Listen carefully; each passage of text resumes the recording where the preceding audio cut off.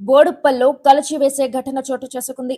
4 ఏళ్ల చిన్నారి పి కార్తిక్ కు అతని సొంత పిన్ని మంజుల జ్యూస్ అని చెప్పి టాయిలెట్ క్లీనింగ్ యాసిడ్ తాగించి చంపేందుకు ప్రయత్నించినట్లు పోలీసులు తెలిపారు. యాసిడ్ తాగిన వెంటనే కార్తిక్ తీవ్రంగా అస్వస్థతకు గురవడంతో తల్లి పి సంధ్య, తండ్రి పి సతీష్ కుమార్ అతడిని ఆసుపత్రికి తరలించారు. ప్రస్తుతం బాలుడి ఆరోగ్యం నిలకడగా ఉన్నట్లు సమాచారం. ఈ ఘటన వెనుక అసూయే కారణమని పోలీసులు అనుమానిస్తున్నారు. చిన్నారి తాత సంతోష్ కుమార్ కార్తిక్ పై ఎక్కువ ప్రేమ చూపిస్తున్నాడనే కోపంతో మంజుల ఈ దారుణానికి పాల్పడినట్లు ఫిర్యాదులో పేర్కొన్నారు.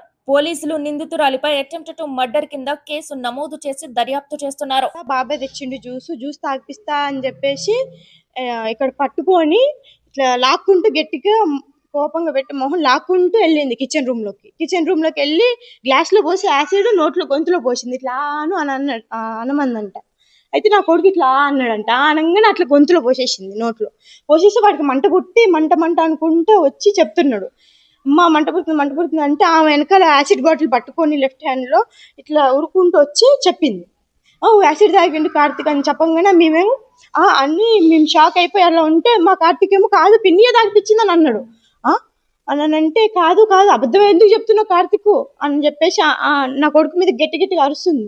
అయితే మా అత్తమ్మ చూసి అసలు ఏం జరిగింది ఏంటి అని అడిగితే మా కార్తిక్ నిదానంగా అన్ని చెప్తున్నాడు, ఇట్లా తీసుకొచ్చింది ఇట్లా పోసింది అని. అంటే అబద్ధం చెప్పొద్దు, నేను పోయిలే, నేను ఇక్కడ లేను, నేను రూమ్ లో ఉన్నా అని చెప్పేసి ఏదేదో సమాధానం చెప్తుంది.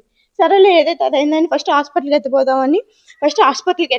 ఎత్తపోతే డాక్టర్లు చూసి ఏంటి చిన్న పిల్లగాడు ఇట్లా చేసింది ఏంటి, యాసిడ్ తాగడం ఏంటి, ఈ కేసు మేము ఫస్ట్ టైం చూడడం అసలు అని చెప్పేసి ఆ డాక్టర్లు కూడా ఎమ్మటెమ్మటే ట్రీట్మెంట్ గట్టే చేద్దాం అని చెప్పేసి చేసిండ్రు. తాగిందని కన్ఫర్మ్ అయింది, ఐసీయూలో ఉంచిండ్రు. పైగుళ్ళు డ్యామేజ్ అయినాయి లోపల మొత్తం.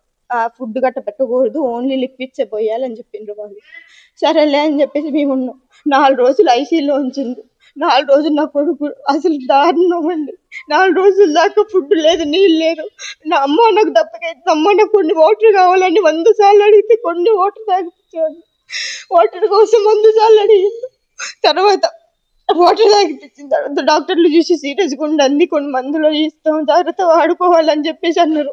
సరేలే అని అన్నాను. తర్వాత ఈమె ఇక్కడ ఉండి వాళ్ళ అమ్మ వాళ్ళకి ఫోన్లు చేసి పిలిపించుకొని అది ఇది అనుకుంటే ఇక్కడి నుంచి ఆమె పారిపోయింది. ఇక్కడి నుంచి మా ఇంట్లో ఉండలే, ఇక్కడి నుంచి పారిపోయింది. వాళ్ళ అమ్మ వాళ్ళు వచ్చి మా మీద అరుచుకుంటూ చేసుకుంటూ తీసుకొని వెళ్ళిపోయినారు ఆమెని. నా కొడుకు అక్కడ ఐసీలో ఉన్నారు. మేమందరం చాలా బాధపడ్డామండి.